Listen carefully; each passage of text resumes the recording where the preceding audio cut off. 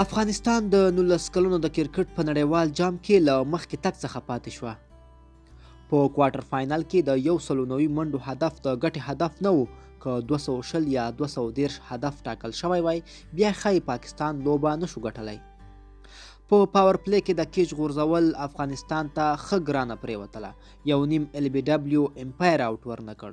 د ټاس مهم ګټلو خو بیټینګ کې مهمو افغانانو لوبغاړو ښه لوبه ونه شو کړای او یا پاکستان ښه او ټایټ بالینګ وکړ.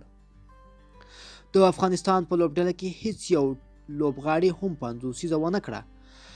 ما لیدل چې د لوبې له پایل څخه زموږ یو شمېر لوبغاړي تر یو ډول فشار لاندې ښکارېدل. د کوارټر فاینل فشار وکړ د پاکستان سره د لوبې. په هر حال دوی له دغو سیالیو څخه به ډیر څه زده کړي وي. د 19 کلونو په تیر نړیوال جام کې مو په سیمي فاینل کې پر استرالیا بایللې وه.